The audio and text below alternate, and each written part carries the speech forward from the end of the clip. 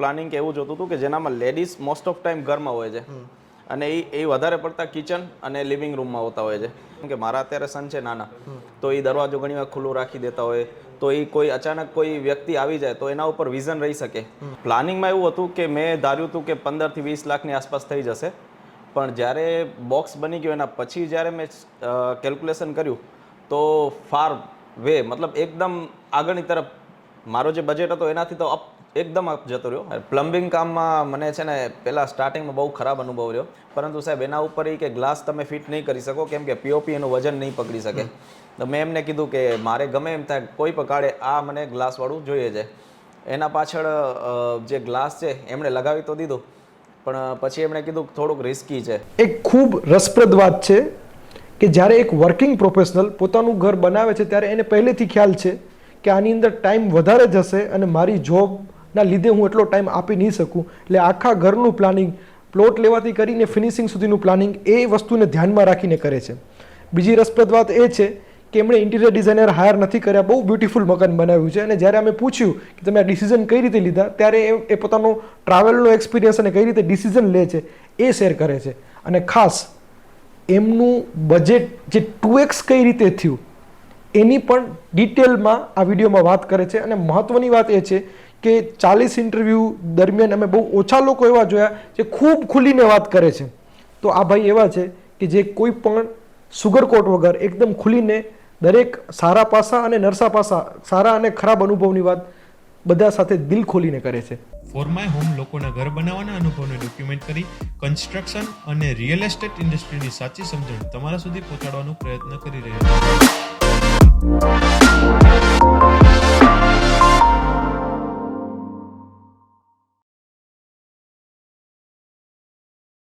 આપના ઘર બનાવવાના અનુભવમાંથી કેટલીક માહિતી અને સમજણ જે ઘર બનાવી રહ્યા છે કે ઘર બનાવવાની તૈયારીમાં છે તેમને ઉપયોગી થાય તે હેતુથી અમારું માધ્યમ ફોર માય હોમ કામ કરી રહ્યું છે. સૌપ્રથમ તો તમે કયા લોકેશનમાં ઘર બનાવ્યું છે? બેઝિકલી આ છે એ ભુજથી થોડોક બારે છે, 3 કિલોમીટર દૂર થઈ જાય છે સિટીથી, અને એરપોર્ટ રોડ લોકેટેડ છે. આ આપણે મુસ્લિમ એજ્યુકેશન છે એની એક્ઝેક્ટ સામેની સાઈડ છે. કેટલા એરિયામાં છે અને કેટલા સ્ક્વેર ફૂટ બાંધકામ છે?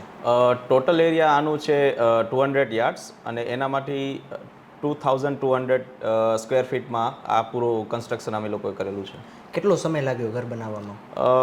બેઝિકલી તો 1.5-2 વર્ષ લાગતા હોય છે જનરલી, પણ મારા જે કેસમાં છે એનામાં 3-1 વર્ષ જેવું લાગી ગયું, કેમ કે થોડુંક ફાઇનાન્શિયલ ઇસ્યુઝ પણ આવી ગયા હતા જેના લીધે, અને થોડુંક લોનના હિસાબે અને થોડુંક એક્સપાન્ડ થઈ ગયું, તો એના હિસાબે થોડાક 3-1 વર્ષ જેવા નીકળી ગયા. કોસ્ટિંગમાં કેટલું ડિફરન્સ આવ્યું? લાઈક જ્યારે તમે પ્લાનિંગ કર્યું ત્યારે કેટલું ધાર્યું હતું ને પછી જે એકચ્યુઅલ થયું એનામાં કેટલો ડિફરન્સ આવ્યો? પ્લાનિંગમાં એવું હતું કે મેં ધાર્યું હતું કે 15 થી 20 લાખની આસપાસ થઈ જશે, પણ જ્યારે બોક્સ બની ગયો એના પછી જ્યારે મેં કેલ્ક્યુલેશન કર્યું તો ફાર વે, મતલબ એકદમ આગળની તરફ મારો જે બજેટ હતો એનાથી તો એકદમ અપ જતો રહ્યો. લગભગ સમજી લો ને કે 40-50 ઉપર જતું રહ્યું. ઓકે. એટલે જે ચોઈસનું જે પણ જ્યારે મટીરિયલ ચોઈસ કરવાની જ્યારે વારી આવી ત્યારે એ જે છે કોસ્ટિંગ એનું વધતું ગયું. કે હવે સમજી લો કે કોઈ 5 રૂપિયાની વસ્તુ છે તો આપણે એમ વિચારીએ કે 5 રૂપિયા કરતાં 7 રૂપિયાવાળી વસ્તુ નાખીએ, તો એના લીધે થોડું કોસ્ટિંગ વધી ગયું. ઓવરઓલ કોસ્ટિંગ 50-1 ની આસપાસ તો થઈ જ ગયું છે. બેઝિકલી તમે મટીરિયલ સિલેક્શનમાં ક્વોલિટીને પ્રેફરન્સ આપ્યું એના કારણે એના કારણે આ ગેપ આવ્યો જે આવ્યો. જી જી જી. તમે ઘરનું પ્લાનિંગ કર્યું ત્યારે એ પ્લાનિંગ લઈને તમારા શું ઇનપુટ હતા? લાઈક એના પહેલાં કોઈ જગ્યાએ જોયું હતું કે પછી ઇન્ટરનેટ, કે એ પ્લાનિંગવાળો જે સ્ટેજ હતો એનામાં તમે ડિસિઝન કઈ રીતે લીધો? એનામાં એવું હતું કે જ્યારે પ્લાનિંગ કર્યું ત્યારે મેં એક એન્જિનિયર રાખ્યું હતું અને એણે મને 4-5 પ્લાન દીધા હતા. બરોબર. પણ મને એ કોઈ પ્લાન સેટ નહોતા થતા, કેમ કે અમુક જગ્યાએ કેવું હતું કે એના જે કિચન છે એ લિવિંગ રૂમની પાછળની સાઈડ હતા, અને મને કેવું જોતું હતું, પ્લાનિંગ કેવું જોતું હતું કે જેનામાં લેડીઝ મોસ્ટ ઓફ ટાઈમ ઘરમાં હોય છે અને એ વધારે પડતા કિચન અને લિવિંગ રૂમમાં હોતા હોય છે. તો જનરલી શું થાય છે કે જ્યારે લિવિંગ અને કિચન રૂમ બે બાજુમાં હોય અને એનામાં એક વિન્ડો એવી હોય કે જેનામાં કોઈક આવે છે કે જાય છે તો ખ્યાલ આવે. કેમ કે મારા અત્યારે સન છે નાના, તો એ દરવાજો ઘણી વાર ખુલ્લો રાખી દેતા હોય, તો એ કોઈ અચાનક કોઈ વ્યક્તિ આવી જાય તો એના ઉપર વિઝન રહી શકે. એ હેતુથી મેં કિચન અને લિવિંગ રૂમની બાજુમાં, અને હું બીજાને પણ એ જ પ્રેફરન્સ કરીશ કે કદાચ તમે તમારા ઘરમાં કોઈ લેડીઝ એકલા રહેતા હોય તો એના માટે આ બહુ સારી વ્યવસ્થા થઈ જશે. છોકરાઓ ઉપર નજર પણ થઈ જાય. હા જી, અને જે આવતો જાતો હોય કે અનનોન જે પર્સન છે તો એના ઉપર પણ નજર રાખી શકીએ. કેમ કે જનરલી શું છે કે અંદરની સાઈડ કિચન હોય છે તો ખ્યાલ નથી પડતો કોણ અંદર આવી ગયું, કોણ બહાર નીકળ્યો. તો એ હેતુ માટે મેં કિચન અને લિવિંગ રૂમ બેને પેરેલલ રાખેલા. પ્લાનિંગના સ્ટેજમાં તમે આને આવરી લીધું. જી. આના સિવાય બીજા કોઈ પોઈન્ટ્સ હતા જે તમે ધ્યાનમાં રાખ્યા હતા? એના સિવાય બીજા પોઈન્ટ્સમાં એવું હતું કે જ્યારે પ્લાનિંગ કર્યું ત્યારે મેં એ પણ વિચાર્યું કે જ્યારે મોસ્ટ ઓફ ટાઈમ મારે નીચે જ રહેવાનું છે અને ઉપરની સાઈડ તો એટલો બધો યુઝ નથી થવાનો, તો જે બેઝિક ફેસિલિટીઝ છે એને નીચે જેટલું થાય એટલું કન્સિડર કરવાની ટ્રાય કરી. બરાબર. તો એ મેન હેતુ હતું, એના સિવાય કોઈ હેતુ મને સૂચતું નથી. તમારા મતે કોઈ વ્યક્તિ જે અત્યારે ઘર બનાવી રહ્યું છે કે ઘર બનાવવાની તૈયારીમાં છે, એમણે પ્લાનિંગના સ્ટેજમાં કોઈ ડિસિઝન લેવું હોય ત્યારે કયા પોઈન્ટ્સ ખાસ ધ્યાનમાં રાખવા જોઈએ? પ્લાનિંગના ડિસિઝન ટાઈમે મેન પોઈન્ટ્સ તો એ છે કે તમે જ્યારે કોઈ પ્લાનિંગ કરો છો તો તમારા કન્વિન્સ પ્રમાણે કે તમારી ફેસિલિટીઝ પ્રમાણે તમે પ્લાનિંગ બનાવો. હવે જનરલી કેવું થાય છે કે આપણે કોઈ કંઈક સજેસ્ટ કર્યું અને આપણે બનાવી નાખ્યું, પછી પાછળથી રિયલાઇઝ થાય છે, જેવી રીતના મારા કેસમાં એવી રીતના થયું કે મેં પ્લાનિંગ કર્યું ત્યારે મેં બાથરૂમ જે છે ગેસ્ટનો એ બનાવ્યો નહોતો. પછી પાછળથી મને રિયલાઇઝ થયો કે હવે જે ગેસ્ટ આવે છે તો એ બેડરૂમને અંદરના બાથરૂમ યુઝ કરે છે, જ્યારે એને ખરેખર જરૂર હતી બારે બનાવવાની. તો એ એક થોડોક મારા માટે ડિસએડવાન્ટેજ થઈ ગયો.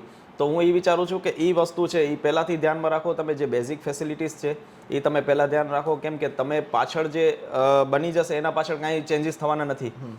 તો એ એક પોઈન્ટ છે. બીજું છે કે તમારા કદાચ જો વ્હીકલ હોય તો વ્હીકલની પાર્કિંગનું પ્લાનિંગ પણ તમે જો ગોઠવો, અગર જો થતું હોય તો એ પણ મેન મહત્ત્વની વસ્તુ છે. મારા પ્લાનિંગમાં એવું હતું કે મારે વ્હીકલની જગ્યા હતી બારે, એટલે મને ફૂલ સુપર બિલ્ડઅપ એરિયા મેં બનાવી નાખ્યું. પણ તમારામાં એવું હોય કે કદાચ વ્હીકલની વ્યવસ્થા ન હોય તો તમારે પાર્કિંગને પણ ધ્યાનમાં રાખવું પડશે. પ્લસમાં તમારે પ્લિન્થ લેવલ પણ થોડુંક ડાઉન રાખવું પડશે. મારામાં એવું થઈ ગયું છે કે મેં 4 ફૂટ પ્લિન્થ અપ કરાવી નાખી. તો જેના હિસાબે શું થાય છે કે અત્યારે વ્હીકલ ચડાવવામાં અને ઉતારવામાં, પાર્કિંગ કરવામાં થોડીક પ્રોબ્લેમ થઈ જાય છે. તો એ પણ મેઇન પોઈન્ટ છે કે જે પ્લાનિંગ ટાઈમે એ પણ તમારે વિચારવું પડશે કે કેટલું લેવલ એને અપ રાખવી છે, પ્લિન્થને કેટલું લો રાખવી છે. તમે પ્લિન્થ 4 ફૂટ જે ઉપર રાખી એની પાછળના કોઈ ખાસ કારણો? એની પાછળ સ્પેશિયલ રીઝન તો એ હતું કે જે રોડની 4 ફૂટ ઉપર હશે તો એનાથી ઉપર જે દીવાર બનશે તો તમારે ધૂળ મટ્ટી ને એ બધું ઉડીને ઘરમાં નહીં આવે. બરોબર છે. એ પોઈન્ટથી જ મેં બનાવ્યું હતું. મારે જો કે વ્હીકલ રાખવાનું કોઈ પ્લાનિંગ હતો નહીં, તેમ છતાં પણ એમ થાય કે કોઈક દિવસ રાખવું છે તો થોડીક પ્રોબ્લેમ થાય છે. બાકી જનરલી કોઈ પ્રોબ્લેમ નથી થતો. આપણે કચ્છમાં છીએ એટલે ભૂકંપ પણ એક મોટો ફેક્ટર છે, તો તમે ભૂકંપના નિયમોને ધ્યાનમાં રાખીને ઘરનું પ્લાનિંગ કર્યું? જી. મેં એકચ્યુઅલી શું છે કે ભાડાનો નિયમ છે કે 3 સાઈડ, જો કોર્નરનું મકાન હોય તો 3 સાઈડ એને ઓપન રાખવું પડે છે. તો મેં 3 સાઈડ ઓપન રાખી અને એ પ્રમાણે જ પ્લાનિંગ કર્યું છે. અને એનો જે સ્પેસિયસ બનાવ્યું છે મેં એ રીતનું કે ભાઈ આપણે કદાચ એવી કોઈ સિચ્યુએશન આવે તો તમને ઇઝીલી ત્યાંથી બહાર નીકળી શકો. એ હેતુથી જ મેં એ રીતના બનાવેલું છે, પ્લાનિંગ કરેલું છે. બરાબર છે. અને તમે 3D એલિવેશન કરાવ્યું હતું? જી, મેં 3D એલિવેશન કરાવ્યું હતું. કેટલું હેલ્પફુલ રહ્યું તમને વિઝ્યુલાઇઝ કરવામાં? એકચ્યુઅલી 3D એલિવેશનના હિસાબે જ મારા જે કલર કોમ્બિનેશન ને છે એ બધા એના હિસાબે જ મને મળેલા છે. અને એનામાં 3D જે વિઝન જે અમે લોકોએ બનાવ્યું હતું તો એનામાં જેવું દેખાય છે એવું ને એવું જ મેં એનામાં ઇમ્પ્લિમેન્ટ કરાવ્યું છે. એટલે એ બહુ હેલ્પફુલ રહ્યું છે મારા માટે. તમારા મતે કોન્ટ્રાક્ટર સિલેક્ટ કરતી વખતે કયા પોઈન્ટ્સ ખાસ ધ્યાનમાં રાખવા જોઈએ? કોન્ટ્રાક્ટર સિલેક્ટ કરતી વખતે પહેલાં મેઇન પોઈન્ટ તો એ છે કે એના જે કામ એણે ક્યાં ક્યાં કરેલા છે એનો, પ્લસમાં એણે જ્યાં જ્યાં કામ કરે છે એ વ્યક્તિઓના રિવ્યૂ લેવાની જરૂર છે તમારે. પ્લસમાં એ કેટલું કોસ્ટ આપી રહ્યું છે અને કેવી રીતના કામ કરી રહ્યો છે એના કામને જોઈ અને પછી આપણે એના સાથે જે પણ ડિસ્કશન કરીએ તો એ વધારે બેટર મારા હિસાબે લાગે છે કે હોવું જોઈએ. તમે જ્યારે કોન્ટ્રાક્ટર સિલેક્ટ કર્યા ત્યારે એમના જે પાસ્ટ વર્ક હતા એના રિવ્યૂઝ તમે લીધા હતા? જી, મેં એમના જેટલા પણ કામ કરેલા છે ત્યાં મેં હું જોયું હતું, ત્યાં મેં પર્સનલી જોયું. એ લોકોનું કામ બહુ વ્યવસ્થિત લાગ્યું મને. અને પર્સનલી મારા ફાધર ઇન લોના ઘરે પણ એ લોકો કામ કરી ગયા હતા અને બહુ સારું કામ કર્યું હતું. એટલે પછી મેં એ વિચારી અને એ લોકોને કામ આપેલું છે. સિવિલ વર્ક માટે વિવિધ મટીરિયલ છે, સ્ટીલ, સિમેન્ટ, બ્લોક, એનું સિલેક્શન કરતી વખતે તમે કેટલા ઓપ્શન એક્સપ્લોર કર્યા અને પછી કયા મટીરિયલ ઉપર સિલેક્શન કર્યું? એનામાં એવું હતું કે સિમેન્ટમાં તો એક અલ્ટ્રાટેક સિમેન્ટનું મને પ્રેફરન્સ મળ્યું હતું અને મેં એ જ પછી ઓપ્શનમાં હું ગયો. બાકી જ્યારે સ્ટીલની વાત આવી ત્યારે સ્ટીલમાં એવું હતું કે ત્યાં 3-4 જાતના સ્ટીલ હતા. એનામાંથી મેં TMT સળિયાને વધારે પ્રેફરન્સ આપી, કેમ કે એનામાં 3-4 જણાથી મારા રિવ્યૂ મળ્યા. અને ત્યાં જે સ્ટીલવાળા ભાઈ હતા એમણે પણ મને એમ જ કીધું કે તમે બીજી કોઈ વસ્તુ વાપરશો સસ્તી, પણ તમને સસ્તી મળી જશે, પણ આ જે TMT સળીઓ તમે યુઝ કરશો તો એનાથી શું છે કે આપણે જે ભૂકંપનો જે વેધર છે જે રીતના સ્ટ્રેન્થ છે અને ભૂકંપનો જે આપણો જે એરિયા છે એનામાં ભૂકંપના આંચકા આવતા હોય છે, તો એ ટાઈમે જ્યારે TMT સળીઓ છે ને એ થોડોક સોફ્ટ હોય છે, જે એ છે ને વોબલિંગને સેન કરી લેશે, મતલબ એને સફર કરી લેશે. જ્યારે બીજા જે હશે જે ઓનામાં બેરલમાંથી બનેલા હશે, જે મતલબ સ્ક્રેપમાંથી બનેલા હશે એ થોડાક સ્ટ્રોંગ હશે, એકદમ થોડાક હાર્ડ હશે, તો એ શું થશે કે એ એને પકડી નહીં શકે અને કદાચ બ્રેક થઈ જશે. તો એના માટે તમારે TMT સળિયો એ બેસ્ટ રહેશે. અને મેં એ જ સિલેક્શન કર્યું અને મેં હેવીમાં હેવી મટીરિયલ યુઝ કરાવ્યું. જેવી રીતના એનામાં 18 mm જેટલા એના જેટલાના મેં સળિયા જેટલા છે એ બધા યુઝ કરાવ્યા છે. પ્લમ્બિંગ કામમાં તમારો અનુભવ કેવો રહ્યો? પ્લમ્બિંગ કામમાં મને છે ને પહેલાં સ્ટાર્ટિંગમાં બહુ ખરાબ અનુભવ રહ્યો. એનામાં એક પ્લમ્બર એવો વ્યક્તિ આવી ગયું હતું કે જે મારા સમજી લો કે મેં મારા જેટલા પણ બાથરૂમ છે એના બધામાં મેં ડાયવર્ટર્સ નખાવ્યા છે. ડાયવર્ટર્સ એ જો તમે મિક્સચર નખાવતા હો એના કરતાં બેસ્ટ છે ડાયવર્ટર્સ, કેમ કે એનામાં તમારે જે છે ડબલ લાઇનિંગ ખોદવાની જરૂર નથી પડતી, એ એક જ લાઇનમાં આવી જતું હોય છે. તો એનામાં એ ડાયવર્ટર એણે છે ને એક જગ્યાએ અંદર નાખી દીધા હતા, એક જગ્યાએ બહાર નાખી દીધા હતા, અને થોડોક લેવલિંગનો થોડોક અભાવ હતો એનામાં, એટલે મને થોડુંક એનું કામ વ્યવસ્થિત ના લાગ્યું, એટલે મેં એનેથી વચ્ચેથી જ સ્ટોપ કરાવી નાખ્યું. અને મેં પછી બીજા એક વ્યવસ્થિત પ્લમ્બરને, ત્યારે મારી ભૂલ એ થઈ ગઈ કે મેં ત્યારે કોસ્ટ જોયું કે મને એમ કે આ સસ્તું થોડુંક વ્યવસ્થિત છે તો આને દઈએ, પણ જનરલી એવું હોય છે કે આપણે મોંઘો લઈએ છીએ એનામાં ક્વોલિટી સારી હોય છે. તો મને એ કડવો અનુભવ થયો કે મેં જ્યારે સસ્તાવાળો જોઈને લીધું ત્યારે મને આ અનુભવ થયા, કડવા અનુભવ, કે ભાઈ આનામાં આવી રીતના લેવલિંગનો અભાવ છે, આ છે બાજુ. એટલે જ્યારે પણ તમે પ્લમ્બર કોઈ સિલેક્ટ કરતા હો છો તો પહેલાં એના પર કોન્ટ્રાક્ટરની જેમ જ તમે કામ પહેલાં જોઈ લો, પછી એના કામની ફિનિશિંગ જોઈ લો, એનો જે લીકેજ બીકેજ જે પણ હોય એના રિવ્યૂ એ જોઈ લો, એના પછી તમે સિલેક્ટ કરો. એટલે પ્લમ્બર અને એ કોન્ટ્રાક્ટર એ બે મહત્ત્વની વસ્તુ છે કે જેવી રીતના આપણે કે પ્લમ્બરમાં કોઈ પણ ભૂલ થઈ જતી હોય છે તો એ પાણી છે ને તમારા ભીતમાં અંદર જમા થતું હોય છે, તો એ પ્રોબ્લેમ ન થાય એના માટે તમારે હું બેસ્ટ સલાહ જ આપીશ તમને કે પ્લમ્બર વ્યવસ્થિત કોઈક તમે સિલેક્ટ કરો. ઇલેક્ટ્રિક કામમાં તમારો અનુભવ કેવો રહ્યો? ઇલેક્ટ્રિક કામમાં તો કોઈ મને હજી સુધી પ્રોબ્લેમ આવ્યું નથી, બહુ સારું કામ કર્યું છે. અને ઇલેક્ટ્રિકલમાં એવું છે કે મને વધારે કંઈ નોલેજ હતી નહીં, પણ મેં ખાલી જનરલી એને એમ જ કહી દીધું હતું કે મને આટલા પોઈન્ટ્સ જોશે, આટલા ફેન જોશે અને આ બધી લાઇટિંગ જોશે, બસ એટલું જ કીધું. બાકી પોતાની રીતે એ કામ કરતો આવ્યો. બાકી ઇલેક્ટ્રિકમાં ઘણું બધું થતું હોય છે, પણ મને જેટલી જરૂર હતી મેં એ પ્રમાણે કરાવ્યું છે. વિન્ડો અને ડોરમાં તમે કેટલા ટાઈપ જોયા? લાઈક અત્યારે તો ઘણા બધા ઓપ્શન્સ અવેલેબલ, લાકડું છે, એલ્યુમિનિયમ છે, UPVC છે, PVC છે, તો તમે કયું મટીરિયલ સિલેક્ટ કર્યું? મેં છે ને જનરલી મેં સાગવાન લાકડાની મેં ચોઈસ કરી, કેમ કે મારે શું છે કે મારે થોડુંક પ્રીમિયમનેસ જોતી હતી, ઓકે, એટલા માટે. બાકી મારા પાસે ઓપ્શન હતા એલ્યુમિનિયમના હતા, પછી બીજા એક મટીરિયલના પણ હતા જે લાકડાનું જ આવે છે, ચીલ કે સમથિંગ છે એવું કંઈક લાકડો છે, એના પણ હતા ઓપ્શન. પણ મને સાગવાન પર્સનલી એટલા માટે કે એક તો એ મજબૂત લાકડો આવે છે, પ્લસમાં એનો જે લુક છે એ પણ પ્રીમિયમ લાગે છે. હા, એનામાં મેન્ટેનન્સ વધારે છે, તમારે 3 વર્ષે 5 વર્ષે એને પોલિશિંગ કરાવવી પડે છે, કેમ કે એને તડકો અને વરસાદ ખાઈ જતું હોય છે. તો જો તમે પ્રીમિયમમાં જવા માંગતા હો તો મારો સલાહ છે કે તમે ભલે લાકડામાં જાઓ, તમે સાગવાનમાં જાઓ, પણ જો તમને લોંગ ટાઈમ કોઈ મેન્ટેનન્સ ન જોતું હોય તો તમે એલ્યુમિનિયમ અથવા બીજા ઓપ્શન છે કે જે નોઇઝ કેન્સલિંગ પણ થાય છે, જ્યારે લાકડામાં એ તમને નહીં મળે, તો એ વસ્તુમાં પણ તમે જઈ શકો છો. પણ સ્ટ્રેન્થ અને જો મજબૂતી માટે હું કહેતો હોઈશ તો લાકડું જ કહીશ, કેમ કે એની જે બારસાગ હોય છે એ ભીતની અંદર જોઈન્ટ કરેલું હોય છે, જ્યારે એલ્યુમિનિયમ છે એ ફ્રેમ સ્ક્રૂ વડે નાખેલી હોય છે. તો એ થોડો મારા હિસાબે મને એમ લાગ્યું કે એ થોડોક મારા માટે સ્ટ્રોંગ નથી લાગતું. લાકડાની વાત કરીએ તો એનામાં લોકો જનરલી ફેસ કરતા હોય છે સિઝનલ ચેન્જીસ ઓર ઉદયવાળો જે ઇસ્યુ આવે છે, તો એવું કોઈ સાગવાન જે તમે લાકડું સિલેક્ટ કર્યું છે એનામાં એવું કોઈ છે ડિસએડવાન્ટેજ?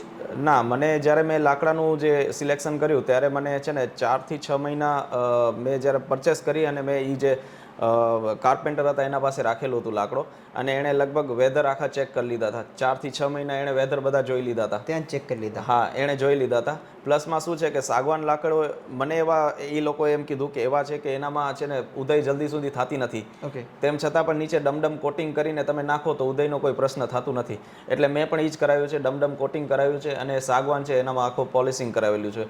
એટલે મને હજી સુધી એવા કોઈ ઓપ્શન દેખાણો નથી કે એવો કોઈ પ્રોબ્લેમ દેખાણો નથી કે જેનામાં ઉદય જેવું થયું હોય. અત્યાર સુધી તો ફર્સ્ટ ફાઇન જ છે એકદમ. કોસ્ટની રીતે જોઈએ તો એનામાં કેટલું ડિફરન્સ આવે છે? કોસ્ટની રીતે થોડુંક વધારે ડિફરન્સ આવશે, કેમ કે મેં જ્યારે વિન્ડો અને દરવાજાનું સિલેક્શન કરવા જ્યારે જોયું ત્યારે એના કરતાં 1.5 થી 2 ગણું વધારે મોંઘું થતું હતું લાકડું. સાગવાન, જી, ઓકે, જે રેગ્યુલર લાકડું છે એના. હા, ને એલ્યુમિનિયમ કરતાં તો ઘણું આગળ ડિફરન્સ આવી જતું. જી જી જી. ઓકે, ટૂંકમાં તમે જે છે એ એક પ્રીમિયમનેસ અને સારા દેખાવ માટે આના ઉપર આના ફાયદા પણ છે. જી જી જી જી. કિચનનું ફર્નિચર અને ડિઝાઇન સિલેક્ટ કરતી વખતે તમે કયા પોઈન્ટ્સ ધ્યાનમાં રાખ્યા હતા? કિચનનું ફર્નિચર અને ડિઝાઇનમાં એવું હતું કે મારી વાઈફ છે એને એક C ટાઈપનું પ્લેટફોર્મ જોતું હતું, અને મને છે ને એ વસ્તુ જોતી હતી કે જેનામાં આપણે ઇઝી હોય એકદમ, અને તમારો વિઝન પણ તમે કામ કરતા હો અને સામે તમે જોઈ શકતા હો કે તમારા છોકરા શું કરી રહ્યા છે, અને એ રીતનું પણ મારું વિઝન હતું. અને પ્લસમાં મારે સિમ્પલ જોતું હતું. વધારે ફેસિલિટીઝમાં શું છે કે જેટલી વધારે ફેસિલિટીઝ એટલું વધારે પ્રોબ્લેમ ફેસ કરવું પડે છે. તો એના માટે મેં સિમ્પલ થોડું યુઝ કર્યું છે, અને એનામાં મેં કોટેશન નાખ્યું હતું, કેમ કે રેડીમેડ મળે છે પ્લેટફોર્મ કે જે આપણે સીધો રેડી ટુ યુઝ આપણે લઈને સીધો ફિટ કરી શકીએ છીએ. પણ હું એ રસ્તામાં ન ગયો અને મેં કોટો નાખાવી અને એના નીચેથી આખું જે બનાવ્યું છે, તો મને એનામાં થોડીક મજબૂતી પણ વધારે સારી લાગી. કસ્ટમાઇઝ કરાવેલી છે. જી. અન્ય કોઈ પોઈન્ટ્સ તમે ધ્યાનમાં રાખ્યા હતા? અન્યમાં એવું હતું કે મારાથી એક ભૂલ થઈ ગઈ હતી કે ભાઈ જે ચીમની છે એની થોડીક હાઇટ હોય છે, એની જે એની લિમિટેડ હાઇટ હોય છે, કે એનાથી હાઇટ ઉપરથી તમે જો ઉપર જાઓ તો તમારે સક્શન કેપેસિટી ઘટી જતી હોય છે. તો મેં મારા વિન્ડો માટે મેં વિન્ડો વચ્ચે કરાવેલી છે, તો એના વિન્ડોને બચાવવા માટે મેં થોડીક અપ હાઇટ રખાવી હતી. તો એનામાં સક્શનમાં થોડુંક પ્રોબ્લેમ થાય છે, પણ વાંધો નથી આવતો. પણ છતાં એ જો તમે જ્યારે કરવાના હો તો ત્યારે એ ધ્યાન રાખજો કે તમારો જે સફિશિયન્ટ એનો જે ડિસ્ટન્સ હોય એટલો મેન્ટેન કરવું. તો એના લીધે શું છે કે તમારે સક્શન જરાક બરાબર થશે. અધરવાઇઝ શું થશે કે હું જે ફેસ કરું છું એ તમને કદાચ ફેસ કરવું પડશે. તમારી જે આખી ઘર બનાવવાની યાત્રા એમાં ઇન્ટરનેટ કેટલો હેલ્પફુલ રહ્યું તમને? ઇન્ટરનેટનું ભૂમિકા બહુ મોટી હતી. એનામાં જે ડિઝાઇન તમે અત્યારે જોઈ શકશો એ બધા ડિઝાઇનમાં મોસ્ટ ઓફ મેં ઇન્ટરનેટ ઉપરથી જ ડાઉનલોડ કરીને એ બધું ઇન્ટિરિયરનું જેટલો પણ ડિઝાઇન છે એ મેં એનામાંથી કસ્ટમાઇઝ કર્યું છે. જેવી રીતના મારી પાછળ તમે જુઓ છો તો આ જે ટીવી કન્સોલ છે, તો એનામાં નીચેનો પાર્ટ એ અલગ કોન્સોલ હતો અને ઉપરવાળો અલગ હતો. મેં એને બેને કસ્ટમાઇઝ બનાવીને કરાવેલું છે. તો એ ઇન્ટરનેટ જે છે એના લીધે જ થયું છે. તો મારા હિસાબે તો એમ છે કે ઇન્ટરનેટ ઉપર તમે સજેશન સારામાં સારા મેળવી શકો છો. તમે ઇન્ટિરિયર ડિઝાઇનર હાયર કર્યા હતા? ના, મેં નથી કરાવેલું. તમારું જે ઇન્ટિરિયર છે એ ખૂબ સરસ છે. ખાસ તો આ અરીસો જે છે એ અમારું ધ્યાન ખેંચે છે, તો એના વિશે થોડી સ્ટોરી કહો કે એ કઈ રીતે? હા, એનામાં એવું હતું કે જ્યારે પીઓપી ડિઝાઇન જ્યારે સિલેક્શન કરવાની વાત આવી ત્યારે મેં ઇન્ટરનેટ ઉપર એક ડિઝાઇન મેં પસંદ કરી. હવે એ ડિઝાઇન છે ને બહુ બ્લરી હતી, એનામાં એકદમ પરફેક્ટ વિઝન નહોતું આવતું. ત્યારે મેં એક જે પીઓપી બનાવવાવાળા જે ભાઈ હતા એમને મેં કીધું મારે આવું જોઈએ છે. તો એમણે કીધું કે બની જશે, પરંતુ સાહેબ એના ઉપર એ કે ગ્લાસ તમે ફિટ નહીં કરી શકો, કેમ કે પીઓપી એનું વજન નહીં પકડી શકે. તો મેં એમને કીધું કે મારે ગમે એમ થાય કોઈ પણ કાળે આ મને ગ્લાસવાળું જોઈએ છે. એના પાછળ જે ગ્લાસ છે એમણે લગાવી તો દીધું, પણ પછી એમણે કીધું થોડુંક રિસ્કી છે. પછી મેં એમને કીધું ના, તમે થોડુંક એને હજી પણ થોડુંક સ્ટ્રોંગ થતું હોય તો કરી દો એને. તો પીઓપીમાં વધારે પડતું માલ નાખી એમણે અને થોડુંક સ્ટ્રોંગ કરી દીધું. અને પછી મેં આ ઝુમર છે એ મેં સિલેક્ટ કર્યું અને પછી ઝુમર લગાવી અને પછી ઉપરથી ગ્લાસ ફિટ કરાવેલું છે. આની પાછળના કોઈ ખાસ કારણો લાઈક વ્યૂ માટે છે કે પછી? હા, એટલે એનામાં શું છે કે જનરલી આ વ્યૂ માટે જ છે મારા માટે. પણ આ બની ગયો એ અલગ જ કારણ હતું, કેમ કે આનામાં જે ઝુમર છે એના સાઇઝનો એ થોડોક મોટો હતો અને આ મને ઝુમર મળ્યું થોડોક નાનો સાઇઝનો. એટલે પછી નાનો સાઇઝનો મને ઝુમર મળ્યો. એના પછી અમે લોકોએ ગ્લાસ ફિટ કરાવ્યું. તો પેલા ગ્લાસનું નહોતું, બીજો પ્લાન હતું, પણ પછી સડનલી આ જગ્યા ખાલી જોઈ અને મને ગ્લાસનું સૂઝ્યું એટલે મેં ગ્લાસ નખાવ્યું. ઓકે, એવી રીતનું છે. તમે ઇન્ટિરિયર ડિઝાઇનર હાયર નહોતા કર્યા, પણ છતાં પણ તમારું ઇન્ટિરિયર એટલું સરસ છે, તો એ ડિસિઝન મેકિંગમાં તમને શું હેલ્પફુલ? એવા કયા પોઈન્ટ્સ હતા કે જેના લીધે તમે આવા ડિસિઝન સરસ લઈ શક્યા? એનામાં મોસ્ટ ઓફ તો ઇન્ટરનેટ હતું, અને બીજું કે હું છે ને મારે ટ્રાવેલિંગ કરવાનું બહુ રહે છે. અને હું જનરલી શું છે કે જે સિટીઝ છે, મેટ્રો સિટીઝ, ત્યાં ટ્રાવેલિંગ જનરલી વધારે કરતો હોઉં છું. તો ત્યાંના જે હોટલોના જે ઇન્ટિરિયર હતા જે એ લોકોના, તો એ પણ થોડાક મારા માઇન્ડમાં દોડતા હતા. એ હતા. પછી એમના રૂમના જે ઇન્ટિરિયર હતા, તો એ બધા થોડા એનામાંથી પોઈન્ટ્સ હું મારી નોટમાં નોટ ડાઉન કરી આવતો હતો કે આ મને જોઈએ છે. એના હું ફોટો ક્લિક કરી આવતો હતો. અને પછી ધીમે ધીમે જે સ્ટ્રક્ચર બનવાનું ચાલુ થયું ત્યારથી પ્લાનિંગ મેં યુઝ કરવાનું ચાલુ કર્યું કે હા, મને હવે આનામાં આ જોઈએ છે, આનામાં આ જોઈએ છે. એ પ્લાનિંગના હિસાબે પછી ધીમે ધીમે મેં બધું બનાવેલું છે. બેઝિકલી જે તમારું જે ઇન્સ્પિરેશન હતી એ મેટ્રો સિટીમાં તમે જે ફર્યા છો ત્યાંથી તમને ઇન્સ્પિરેશન. કોઈ વ્યક્તિ જે ઘર બનાવવાનું પ્લાન કરી રહી છે એમને તમે શું સલાહ આપશો તમારા અનુભવ પરથી?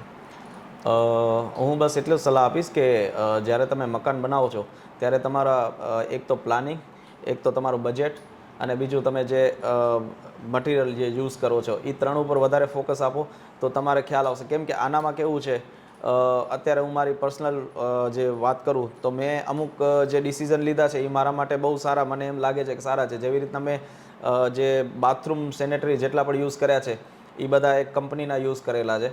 એ કંપનીના મેં યુઝ કર્યા છે. એના પાછળ મેં હજી સુધી 3 વર્ષની આસપાસથી હજી સુધી કોઈ મેન્ટેનન્સ કોસ્ટ નથી આવ્યો. તો જ્યારે આપણે કોઈ આવી વસ્તુ સિલેક્ટ કરવા જતા હોઈએ છીએ ત્યારે આપણે થોડોક પૈસો જોઈએ છે કે આપણે આનામાં 5 રૂપિયા 10 રૂપિયા બચે છે આપણા, એ જોઈએ છે, પણ એનું છે ને મેન્ટેનન્સ વધી જતું હોય છે જનરલી.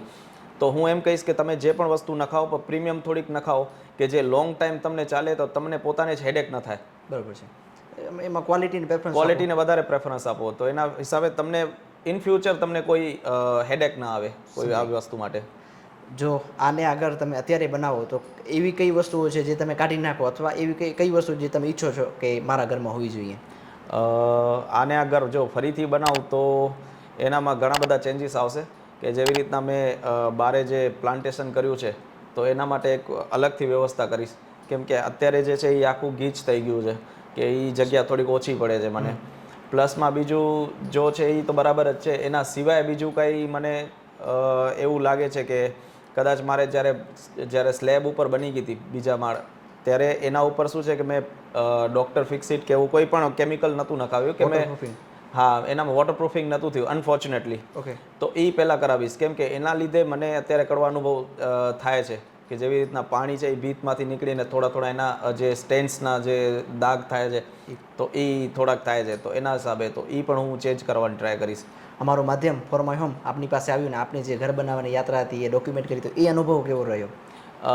બહુ સરસ રહ્યું છે, બહુ સારી રીતે તમે લોકો મહેનત કરી રહ્યા છો અને હું ઈચ્છું છું કે તમે હજી પણ ઉત્તરોત્તર પ્રગતિ કરતા રહ્યો અને હું એટલો જ કહીશ કે તમે જે કામ કરી રહ્યા છો એનામાં બધાનો ફાયદો થઈ રહ્યો છે. અત્યારે હું પણ મારા રિવ્યૂ આપ્યું છું તો કદાચ હું પણ કોઈકના રિવ્યૂ જોતો હોઈશ અને કદાચ નેક્સ્ટ ટાઈમ હું પણ મકાન બનાવીશ તો આ રિવ્યૂ બધા ચેક કરતો હોઈશ તો મને એટલું બેનિફિટ થશે કે જ્યારે મકાન બનાવીશ તો મને શું કરવો જોઈએ અને શું ના કરવો જોઈએ એટલી તો મને ખબર પડી જ જશે. તો એના માટે બહુ તમારો આભાર માનીશ. તમારો જે રિવ્યૂ છે એ ડેફિનેટલી જે ઘર બનાવી રહ્યા છે કે ઘર બનાવવાની તૈયારીમાં છે એમની ઘર બનાવવાની યાત્રા છે વધુ સરળ અને ઝડપી બનાવશે. Thank you for your valuable time.